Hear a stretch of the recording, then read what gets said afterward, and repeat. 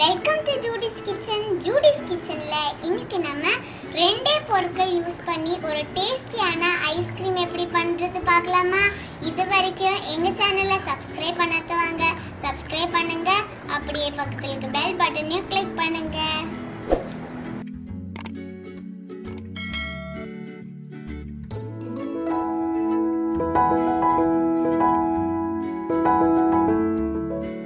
இந்த ஐஸ்கிரீம் பண்றதுக்கு நமக்கு ரெண்டே பொருட்கள் போதும். பால் அப்புறமா சர்க்கரை. இதுதான் வந்து மெயின் இன்கிரிடியன்ஸ் நமக்கு. இப்போ நம்ம ஃபர்ஸ்ட்ல பாலை வந்து நல்லா காய வச்சிடலாம். நான் 2 லிட்டர் பால் எடுத்துருக்கிறேன். இந்த பாலை இப்போ நம்ம நல்லா சுண்ட காய்ச்சிடலாம்.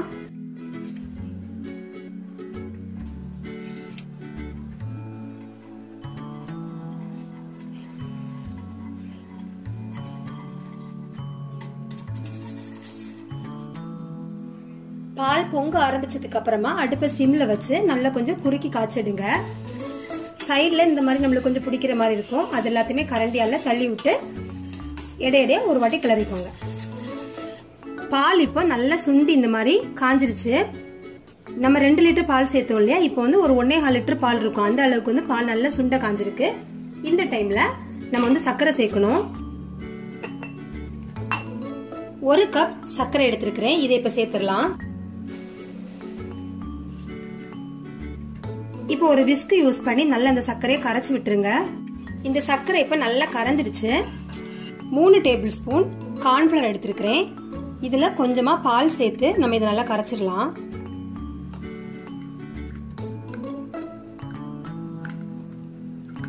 இந்த கார்ன்ஃபிளவர் கரைக்கிற பால் வந்து கொஞ்சம் சில்லுன்னு இருக்கிற மாதிரி எடுத்துக்கோங்க, சூடா இருக்க கூடாது. இப்ப நம்ம இதை இதுல சேர்த்துடலாம்.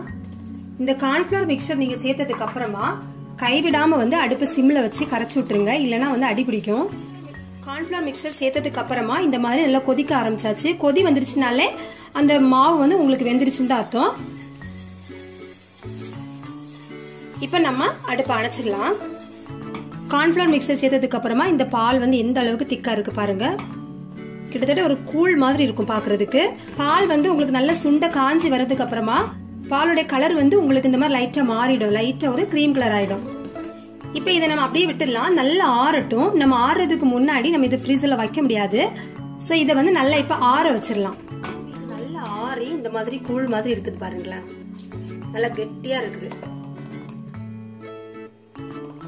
இதுல இப்போ கொஞ்சமா வானிலா எசன்ஸ் வந்து நான் சேர்க்கிறேன். இது இல்லாம நீங்க பண்ணாலும் நல்லா தான் இருக்கும். பட் இந்த பிளேவர் பிடிக்கிறவங்க இதை சேர்த்தீங்கன்னா ரொம்ப டேஸ்டா இருக்கும். 1 டீஸ்பூன் சேர்த்துக்கிறேன் நான் இதுல. இந்த எசன்ஸ் சேர்க்கிறப்போ நம்ம நல்லா ஆறுனதுக்கு அப்புறம் தான் அதை சேர்க்கணும். இப்ப நல்லா மிக்ஸ் பண்ணிடலாம். இதுல பாத்தீங்கன்னா லைட்டா அங்கங்கே கொஞ்சம் கட்டி இருக்கிற மாதிரி இருக்குது. ஒன்னும் பிரச்சனை இல்லை. இது அப்படியே நம்ம ஒரு ஏர்டைட் பாக்ஸ்ல வந்து ஊத்திடலாம்.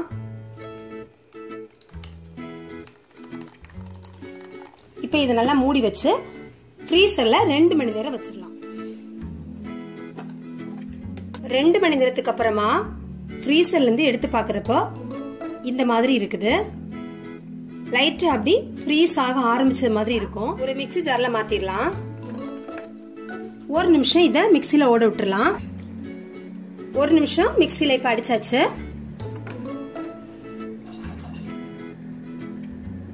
இப்ப இதுல கட்டிகள் எதுவுமே இல்லாம நல்ல வந்து உங்களுக்கு கிளீனா வந்து கிடைச்சிடும். இந்த ஸ்டெப் நம்ம எதுக்கு பண்றோம்னா ஐஸ்கிரீம் வந்து நல்ல ஒரு சாஃப்ட்னஸ் ஆகிறதுக்காக தான் பண்றோம். இது மேல பட்டர் ஷீட் இல்லைன்னா கிளிங்ஃபாயில் வச்சுக்கோங்க.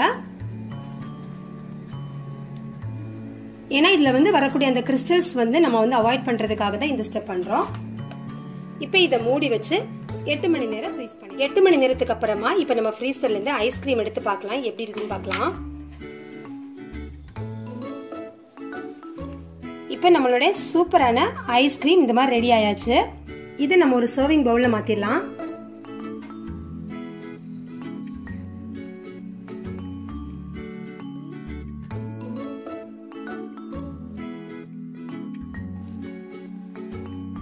இப்ப நம்மளுடைய சூப்பரான ஐஸ்கிரீம் ரெடி ஆயாச்சு. இந்த ஐஸ்கிரீமை நீங்களும் ட்ரை பண்ணி பாருங்க. இந்த வீடியோ பிடிச்சா லைக் பண்ணுங்க, ஷேர் பண்ணுங்க. இந்த வீடியோ பத்தின கமெண்ட்ஸ் எனக்கு போஸ்ட் பண்ணுங்க. தேங்க்யூ.